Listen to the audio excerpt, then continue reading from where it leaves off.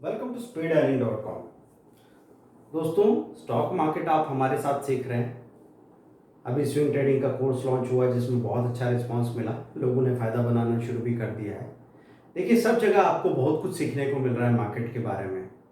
अब ऊपर ऊपर बहुत सारी कॉमन बातें आपको सुनने को मिलती है। आपको मालूम है कि भाई ओवर ट्रेडिंग नहीं करना चाहिए, सही टाइम पे सही वॉल्यूम में ट्रेड करो, स्टॉप लॉस लगाओ। ये सब सुन सुन के आपके कान पक गए होंगे, आप थक गए होंगे। लेकिन अभी इस वीडियो में हम कुछ ऐसी खास बारीकियां पकड़ना चाह रहे हैं जिनकी वजह से हम लॉस बना रहे हैं या हमको फायदा नहीं हो पा रहा, प्रॉफिट नहीं बना पा रहे। तो इसको आप ध्यान से सुनना। ये पैटर्न, इसमें वीडियो में जो गहरी बात होने वाली है, वो गहरी बात अगर आपको एक बार समझ में आ जाए अपने ट्रेडिंग पैटर्न में, तो उसके बाद आपका लॉस होना रुक जाएगा और आपके प्रॉफिट कई गुना बढ़ जाएंगे। तो आखिरी तक सुनना या फिर अभी से बंद कर दीजिए। Bye bye. बात सुने तो पूरी सुने, समझें और उसको अप्लाई करने की कोशिश करें। अदरवाइज आप कितनी भी ज्ञान की बात सुनो, कितनी भी नॉलेज की बात सुनो, आप टाइम वेस्ट कर रहे हैं अगर आप उसको सही तरीके से अप्लाई करने की कोशिश नहीं कर रहे हो। दोस्तों, मैं पंकज जैन, स्टॉक मार्केट के लिए हर तरह की फ्री ट्रेनिंग, पेड ट्रेनिंग, जो भी पॉसिबिलिटी बन सकती है हर एक इंसान के लिए, हर लेवल के ट्रेडर के लिए, हर एज के ट्रेडर के लिए, हर जेंडर के ट्रेडर के लिए कोशिश कर रहा हूं। और आप लोगों का भरोसा बना रहे तो मैं कोशिश करता ही रहूंगा। Thank you very much. देखिए, पहली बात है कि हमारा होना चाहिए फोकस। फोकस मीन्स अभी हमने किसी एक पर्टिकुलर स्टॉक के बारे में सोचा, उसमें ट्रेड करने के लिए गए और आपने ट्रेड किया, स्टॉप लॉस लगाया, एक बार ऐसे लेट हो गया, आपने कहा अरे देखो ऐसे चला गया इसका। मैं कहता था स्टॉप लॉस ही हो जाते, मतलब नहीं है इंट्राडे ट्रेडिंग से। और ऐसा करके आपने अपने आप को, अपनी फेलियर को जस्टिफाई कर लिया। गलत है। पहले तो ये सोचिए कि जो स्टॉक आपने चुना है वो क्यों चुना है। उसके पीछे कोई आपकी समझ थी, आपका कोई ऑब्जर्वेशन था, क्या आपने चार्ट देखा हुआ था?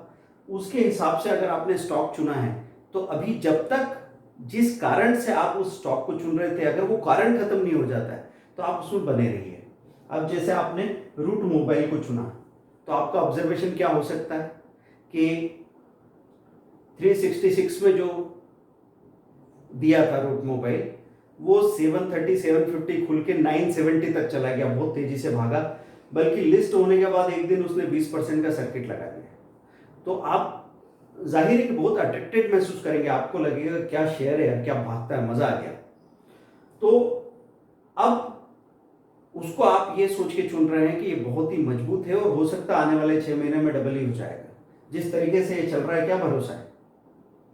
लेकिन अब इतनी तेजी से ऊपर गया था तो उतनी तेजी से प्रॉफिट बुकिंग हो सकती है।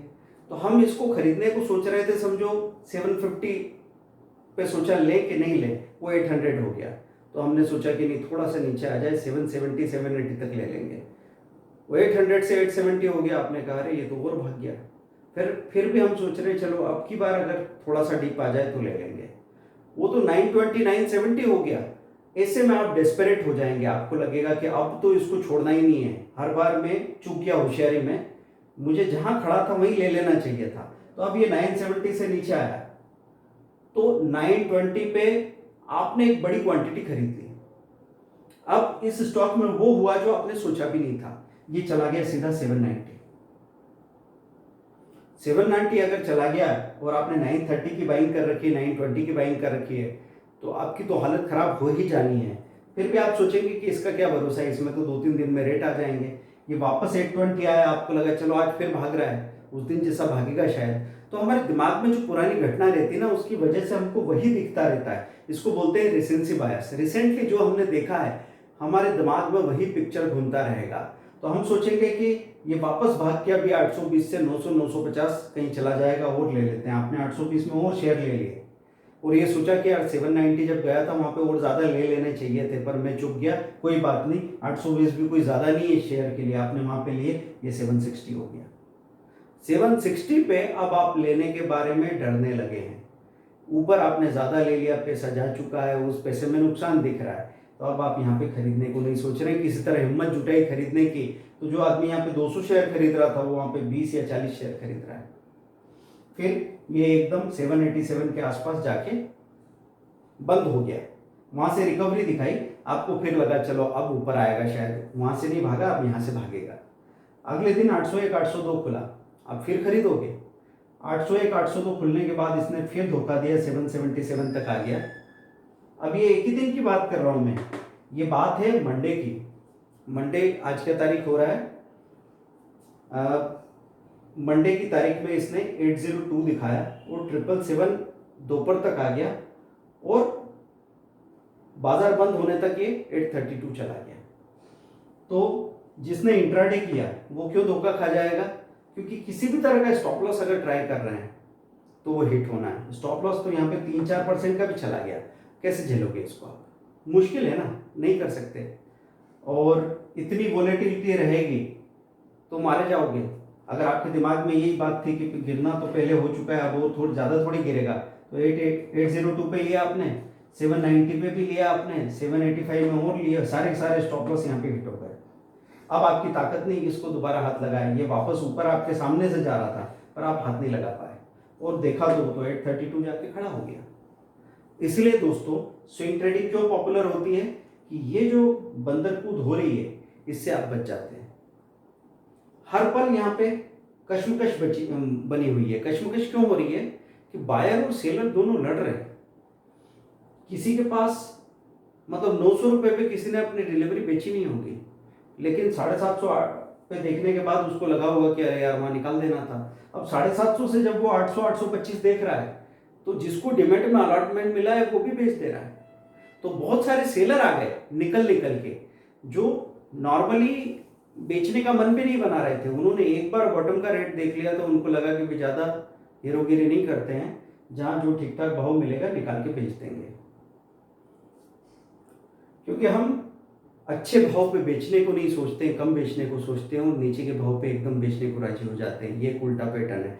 हम यहाँ ऊपर के भाव पे ज़्यादा खरीदने को सोचते हैं और नीचे के भाव पे खरीदने को नहीं सोचते हैं। ये एक उल्टा पैटर्न है। ये उल्टा पैटर्न मैं आपको दिखाना चाह रहा था। मैं आपको ये बताना चाह रहा था कि देखो यहाँ पे अगर आपने बाइंग कर ली थी कोई गलती नहीं थी, यहाँ पे स्टॉप लॉस होना चाहिए था, कम से कम आधी क्वांटिटी में स्टॉप लॉस तो होना ही चाहिए था। अगर आपकी ये शिकायत है कि मैंने यहाँ पे बाइंग की और स्टॉप लॉस हिट करके कई बार शेयर ऊपर भाग जाता है तो इसलिए हमको ये नहीं करना, ठीक है, आपके पास 100 शेयर्स थे, आप 50 शेयर का स्टॉप लॉस लगा लीजिए, चलेगा। लेकिन 50 का तो होना ही चाहिए ना, 50% शेयर्स का तो स्टॉप लॉस होना ही चाहिए था, तब आप यहाँ पे इस चीज को आराम से झेल पाते थे। तो दोस्तों ऊपर के लेवल पे हम ज्यादा शेयर खरीदना चाहते हैं और नीचे के लेवल पे हम शेयर खरीद ही नहीं पाते। बात सिर्फ रूट मोबाइल की नहीं है, बात मैं आपसे एक्सिस बैंक की कर लूँ, मैं ICICI बैंक की कर लूँ, तो आप कहेंगे कि हाँ सर वो 500 530 से जब गिर रहा था 480 पे तो हम बहुत सारा खरीदना चाह रहे थे, लेकिन जब वो 400 रुपये हो गया तो हमारी खरीदने की हिम्मत ही नहीं बची। अब वही 400 रुपये का शेयर वापस 445 455 आया, हम देखते रहे, हमको समझ में भी नहीं आ रहा है कि भाई नीचे क्यों नहीं खरीदा हमने, ऊपर खरीदा एक गलती तो की, नीचे नहीं खरीदा ये दूसरी गलती है। लेकिन आप कहेंगे कि सर कहां तक गिरेगा हमको क्या पता, इसलिए मैं आपसे कहता हूं चार्ट देखते रहिए। जब आप स्विंग ट्रेडिंग से शुरुआत करेंगे ना, चाहे कोई से भी ट्रेडर हो, आप चाहे इंट्राडे ट्रेड करते हो एग्रेसिवली, आप चाहे ऑप्शन में ट्रेड करते हो स्टॉक ऑप्शन में या निफ्टी बैंक निफ्टी ऑप्शन में, चाहे आप स्टॉक फ्यूचर में ट्रेड करते हो, लेकिन अगर आपने स्विंग ट्रेडिंग का इस्तेमाल करके 2 महीने ट्रेड कर लिया ना, तो मैं ये गारंटी कर सकता हूं कि आप अपने ऑप्शन ट्रेडिंग में, अपने इंट्राडे ट्रेडिंग में, अपने स्टॉक फ्यूचर ट्रेडिंग में कम से कम 2 से 3 गुना प्रॉफिट बढ़ा लेंगे और लॉस तो आपका बहुत रुक जाएगा। क्योंकि ये पैनिक जहां पे आप मैक्सिमम लॉस बुक करते हैं वो आपका क्यों कम हो जाएगा, बहुत दिनों से आप स्टॉक के चार्ट को देख रहे थे और उस चार्ट में आपके दिमाग में बात आ गई थी कि जहां पे सबसे ज़्यादा घबराहट होती है वहां पे घबराने की ज़रूरत बिल्कुल नहीं होती, और जहां पे सबसे कम घबराहट होती है वहां सबसे ज़्यादा घबराना चाहिए, ये आपको मालूम पड़ जाएगा। तो आपने यहाँ खरीदने की गलती तो कर ली, किसी से भी हो सकती है, लेकिन यहां बेचने की गलती आप नहीं करेंगे, ठीक है। इस तरीके से अगर आप काम करेंगे और किसी पर्टिकुलर स्टॉक को फोकस करेंगे, क्योंकि आपने अगर उसको चुना है किसी सही आधार पे, मतलब चार्ट देखे थे, ठीक है, आपने ये चीज देखी कि ये 360 रुपए का शेयर है, 366 बोल रहे हैं, इतने रुपए का शेयर है, फिर भी अगर ये 750 के नीचे नहीं जा रहा है तो अभी एकदम घबरा के बेच के भागने वाला मौका नहीं आ गया है। अभी भी वो अपनी इश्यू प्राइस से तो 100% ऊपर है, तो घबराने की कौन सी बात हो गई। तो आपको वहाँ पे ये बात का ख्याल रखना चाहिए कि अगर मुझे घबराहट होती भी है और मेरे पास यहाँ पे 100 शेयर खरीदे हुए हैं, मैंने 50 यहाँ पे एवरेज कर भी लिए हैं, तो मैं यहाँ पे जब बेचूंगा तो मैं अपने 20 शेयर बेच लूँगा घबराहट में, अगर मुझे बेचने का मौका आया अभी से। या मैं अपने 50 शेयर बेचूंगा तो तत्काल उसके ऊपर यहाँ पे स्टॉप लॉस बाइंग भी लगा के रखूँगा, जैसे मैंने आज किया था। मैंने आज 790 पे कुछ शेयर बेच दिए थे। मेरे पास समझो 1000 शेयर, मैंने 300 शेयर बेच दिए थे, लेकिन 795 पे मैं स्टॉप लॉस बाइंग लगा के गया था। तो जब वापस आया मैं, तो मुझे अपने शेयर प्लस मिले और साथ में 832 का रेट मिला। मतलब ये तो हमेशा किसी भी घंटे में ऊपर नीचे होते रहेंगे, तो सारा काम धंधा छोड़ के क्या आप इनकी चौकीदारी करते रहेंगे? ऐसे तो काम नहीं चलेगा। और अगर मैं तो आपसे ये कह रहा हूँ कि चलो चौकीदारी करके देख लो, दिन भर घूरते रहो स्क्रीन को, तो भी आपको पागल बना के चले जाएंगे ये। मतलब हो सकता है कि सबसे नीचे के लेवल पे यहाँ पर अपना सारा माल खाली कर देंगे। हो सकता है कि यहाँ पे आपने बहुत बड़ी क्वांटिटी खरीद ली हो। ये सब आपसे करवा सकते हैं प्राइस के बार बार के उतार चढ़ाव। इसलिए मैं आपसे कहता हूँ माइक्रो मैनेजमेंट मत करना। माइक्रो मैनेजमेंट मतलब हर मिनट 10-10 मिनट में आके स्क्रीन को घूरने से कुछ नहीं होगा। मेरा काम अच्छा क्यों हुआ? क्योंकि मैंने स्क्रीन को फिर देखा ही नहीं, यहाँ पे स्टॉप लॉस बाइंग लगा के गया था। अच्छा हुआ बीच में अगर मैं कहीं आता तो 795 की बाइंग को 805 पे 810 पे कहीं खाली कर देता। मैं था ही नहीं। और मैं क्यों नहीं करना चाहूंगा ऐसा खाली? क्योंकि मुझे पता है कि एक अच्छे करेक्शन के बाद अगर ये शेयर पलट के जा रहा है, तो ये तो यहाँ पे रखने और खतरे के टल जाने के बाद वाला सीन है। और अगर मेरे दिमाग में ये पिक्चर क्लियर है कि इस शेयर को मैं 3 से 6 महीने का टाइम देना चाहता हूँ, तो फिर मुझे बीच बीच की इन सारी चीज़ों में उलझना नहीं चाहिए। इसलिए मैं आपसे कहता हूँ, एक तो आपको चाहिए फोकस, और फोकस जब करेंगे तो क्लैरिटी अपने आप आ जाएगी। फोकस मीन्स आपने किसी गिरे हुए शेयर को या करेक्टेड शेयर को जिसमें प्रॉफिट बुकिंग बहुत आई थी उसको चुना, तो अब जब तक वो भाग नहीं जाता तब तक आप उसको छोड़ेंगे नहीं। अब जैसे भारतीय एयरटेल को आप देख रहे हैं, आज 430-32 खुलने के बाद 423, 423, 424 चला गया। लेकिन अब कब तक उसमें बने रहना है? या तो वो हफ्ते भर का लो ना तोड़ दे, 417 का लो तोड़े, उस दिन हम अपनी आधी क्वांटिटी खाली करें और फिर बाइंग का स्टॉप लॉस भी लगा के रखें। अगर ये अपने हफ्ते भर का इधर हाई तोड़े तो जितने रखे हैं उसके अलावा भी और बाइंग कर लो, क्योंकि ये एकदम भाग के ऊपर जाएगा। जब तक इसमें रैली नहीं आ जाती 470, 500 तक की, तब तक के लिए हम इस पोजीशन को बनाए रखेंगे। क्योंकि पता चला आप पूरी तकलीफें तो ले लेते हैं किसी स्टॉक की, उसके रेंज बाउंड मूवमेंट में, उसकी गिरावट के दौर में, और जब उसके भागने का मजबूत होने का दौर आता है तब घबरा के आप भाग जाते हैं और फिर पहुंच जाते हैं कहीं किसी मुसीबत में सर देने के लिए। मतलब कोई दूसरा शेयर भाग रहा था, अब आपको पता था जो नहीं चल रहा है, जो गिर रहा है, उससे तो आप चिढ़ चुके हैं, तो आप भागते हुए शेयर पे आप चढ़े तो उसकी भी हालत यही हो गई। फिर उसमें प्रॉफिट बुकिंग आ गई, फिर वो रेंज बाउंड हो गया, फिर वो वोलेटाइल हो गया, ये सिलसिला चलता ही रहेगा। तो इसलिए मैंने आपको यहाँ पे बात कही, एक फोकस, दूसरा क्लियरिटी। ये दोनों चीज़ें कहाँ से आएगी? लगातार ऑब्जर्वेशन से। लगातार ऑब्जर्वेशन का सबसे अच्छा बहाना क्या है? Swing trading. स्विंग ट्रेडिंग अगर आपको ज़्यादा क्लियर नहीं, कॉन्फिडेंस नहीं है, तो अभी जो नया कोर्स लॉन्च हुआ है 5500 का, अगर आपको लगता है कि आप अफोर्ड कर सकते हैं आसानी से, अगर आपको लगता है कि आप उसका इस्तेमाल करेंगे, अगर आपको लगता है कि आप प्रैक्टिस करेंगे, तो आप उसको ले लीजिए और पहले 1 से 2 महीने उसको टाइम दीजिए। पूरे 1 महीने में अगर आपको ऐसा रिजल्ट दिखे, एक एक स्टॉक की बारीकी समझ में आने लगी है, तब तक उसके ऑप्शन को, फ्यूचर को पेपर पे ट्रेड करें। पेपर पे ट्रेड करना मतलब मैंने यहाँ पे लिख लिया रूट मोबाइल को कि मैंने 790 में 100 शेयर खरीदे 79,000 के, मैंने 805 पे 200 शेयर की बाइंग लगा रखी है 1,60,000 की टोटल, और बाद में मुझे नज़र आया कि ये कहाँ चला गया, 820 पे मैंने कुछ बेचे, 830 पे मैंने कुछ बेचे, मुझे कितना पैसा मिला और ये हिसाब लगाया। पता लगा कि 3 लाख रुपए लगा के मुझे 4 से 5 हज़ार रुपये मिल गए। तो परसेंटेज में मैं देखूंगा कि मैंने 1.5% कमा लिया। इसको कहते हैं पेपर ट्रेडिंग।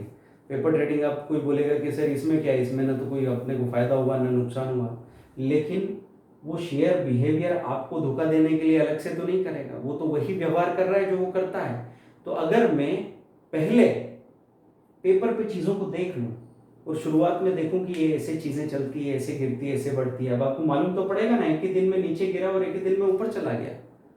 ऐसे होता है क्या? हाँ, ऐसा होता है।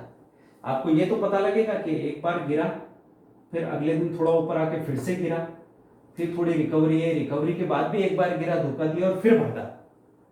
ऐसे स्टॉक बिहेव कर सकते हैं। हम कल की बात करें, कल लोग डरते ही रह जाएंगे और ये यहाँ खुल के पता चला गैप अप खुला और वहीं से ऊपर भाग गया।